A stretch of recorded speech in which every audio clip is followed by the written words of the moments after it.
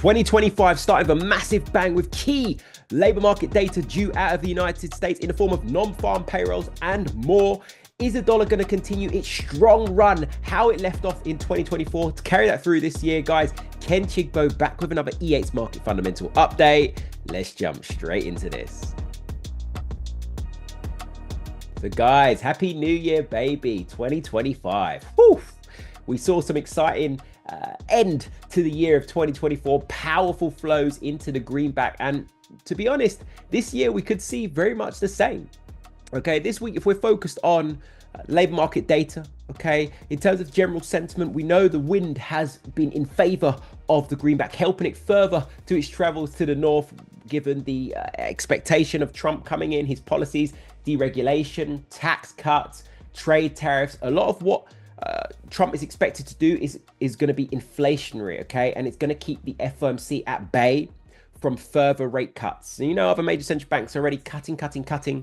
Well, the FOMC, we may not even see a rate cut this year, okay? It's possible that we don't, given that inflation still remains sticky in the United States, and given that Trump, we have his inauguration on the 20th of January, so not long.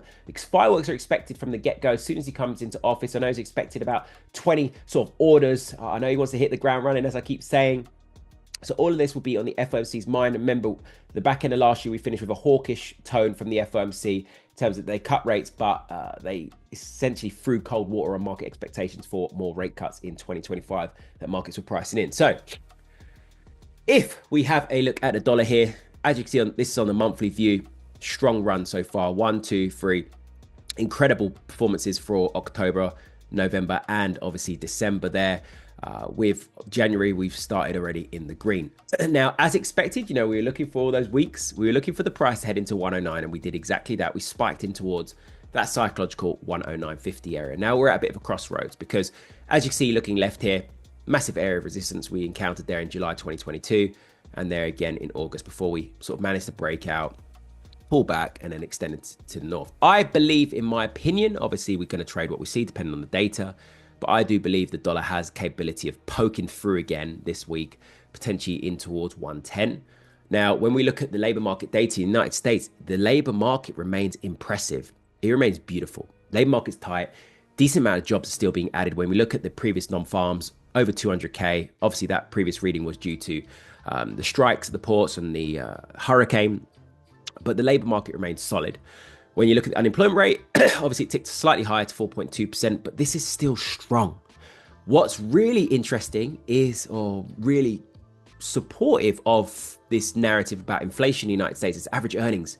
Look at that, back to back, we're beating expectations. This remains powerful. If people getting paid money, more money, what do you think they're going to do? Go and spend, and stimulate the economy in keeping inflation sticky, thus keeping the FOMC at bay. And bear in mind, that's not even taking into consideration Trump. When those tax cuts come, whoo, what do you think is going to happen? Inflation, all supportive of dollar flows.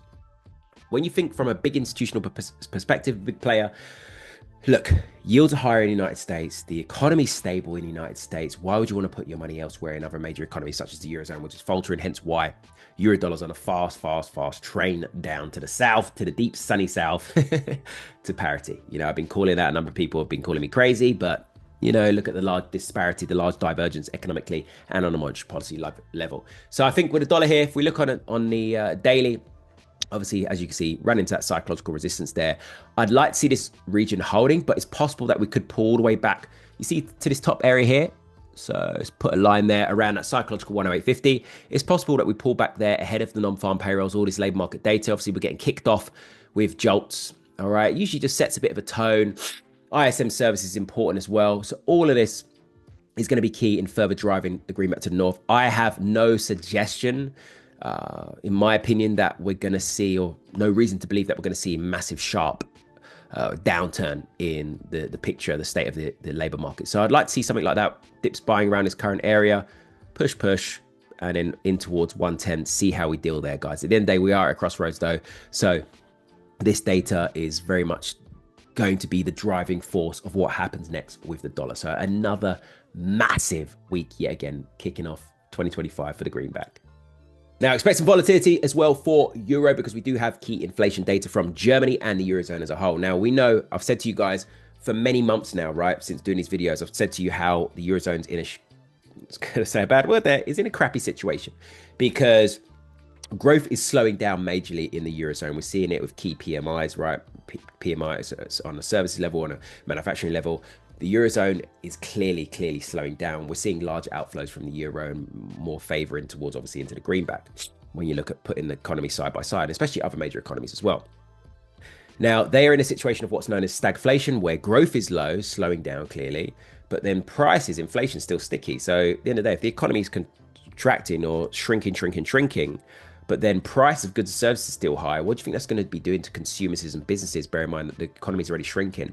It's going to put people off wanting to spend more. It's going to burn deeper holes in their pockets. And it's a whole other problem. Now, with Euro, we've enjoyed some downside. Obviously, I'd been calling these shorts up at 112 when we hit this double top here at 1-2 because of that divergence on an economic level and obviously monetary policy to start growing in terms of that gap between what the ECB are doing and what the FOMC are doing. And ECB are going to be cutting. Okay, they're going to be cutting this year. Okay, I know they want to bring down inflation, but they need to think about growth as well. Yeah, so when you look here, structurally, we've been very much to the downside. Lower highs, lower lows, lower highs, lower lows. Respecting that, we had this period of consolidation, this pennant, breakout, retest, nice little flag there on retest, breakout, nice little flag here as well, breakout. And you can see how clean structure is. Now, what we like to do, and I said this before, is go for a retest here. We might as well just mark up a zone. When I say here, I'm talking about the psychological 103.50 area. So here, this was a previous big area of demand. See where we wicked and where those candles respected that. We had that clean breakout. I said exactly, guys, what did I say those videos ago? When this breaks through, we're going to have a flush to the downside. And because there would have been a number of stops, you know, where people were hoping that price pushes to the north from the longs. There are a number of stops on buys at this level here and big dump, stops triggered to the downside. So what's this retest? It's going to be a big retest. And obviously it could be nice and fitting with decent US data. And obviously, potentially we see inflation cooling in the Eurozone. So I'd like to see parity. I think that could be seen in Q1 of this year. If this inflation data does cool, obviously that's going to help us on our way to the downside. So potential vulnerabilities there for euro dollar. Also expect some volatility for the Australian dollar. Now, it's already been volatile because of concerns about Chinese economic slowdown. Remember, China's the second largest economy in the world. China is also Australia and New Zealand's biggest two-way trading partner. So anything bad that's happening with China, i.e. now we've got this clear slowdown and you know, officials are really stepping up their stimulus measures, trying to stimulate the economy. That's obviously on investors' minds and thinking, man, obviously these guys, Australia and New Zealand, are going to get hit on this. So we're already selling Aussie dollar. Now, this week, one of the key things that's supporting AED, preventing real gates being open to serious flooding, i.e. bloodshed, is the RBA are on hold at the moment. They're not cutting rates because labour market's still tight, still decent. Jobs being added to the economy, unemployment rates relatively low. Inflation's still sticky. Consumer spending's not been too bad when you look at it here. Okay, but this is the key, CPI. Look, it has been cooling, but they want it down at 2%. If anything, maybe just a little bit below. So if we see this number cooling, it's expected to tick higher to 2.2% from 2.1. But if it does cool, expect AUD to come under some pressure, especially if we get some cooling in those retail sales. I know markets are just keen to play catch up in pricing for rate cuts from the RBA. Similar to euro, obviously at the end of the day, there's still a bit of a divergence there, and with markets thinking about the Chinese slowdown, this is structured to the downside, as you can see. We took out a key area around 63.00, 62.50. You can see this consolidation going on at the moment. I think upside will be capped about 62.50 to 63.00. See here, previous demand. Obviously, we've got all this liquidity here at these lows. See those lows 2022. So really from this zone where we're at now, 62.00 up towards 63. Okay, that 100 pip range is key. Once we're able to consolidate and break this down, guys, we've spoken about this before. Look left. Serious downside in towards 55, 56, 55.00, these lows of the pandemic. Okay, so potential vulnerabilities there, especially how we're respecting structure, especially if the dollar does continue to outperform, we're supported by bullish data, that's going to be a southbound trend. So it is obviously dependent on data. Obviously, data does surprise and to the upside and US data is bad, then this can obviously have a deeper correction and probably break out of this bearish structure. But I think that would likely be a bull trap, and eventually we will continue to the downside. So I still think upside, whatever happens, upside is going to be capped. So keep an eye on that as well for the Australian dollar. More volatility expected for the Canadian dollar because we also have key labor market data, just like the United States, but in Canada. And the labor market data has been worsening. Okay, the picture in the Canadian economy on a labor market level, just general economic slowdown we're seeing, which is why the Bank of Canada, one of the, I think the fastest economies, major economies at cutting rates right now. They've done back-to-back 50 basis point cuts. And they still left the door open to more cuts. CAD's vulnerable, okay? We saw at the last labor market data, this unemployment rate dropped up massively to 6.8 from 6.6, from 6.5. The labor market change, actual employment change, slightly better there, but it's been more missing than hitting. Obviously, key signs of a slowdown. Dollar CAD's obviously been one of my favorite pairs. It's been a clean one to trade because of that economic and monetary policy divergence between United States, Canadian economy, FOMC, Bank of Canada, and I expect that to remain the case. Remember, we took out this key target area for us, which was like mid 43 region, 4400, and now we got this massive bull pennant.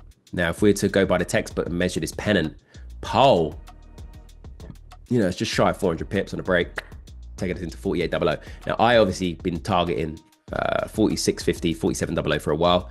We go back and check all the videos. We've been speaking about this, haven't we, for months. This high here of 2016, this high here of 2020.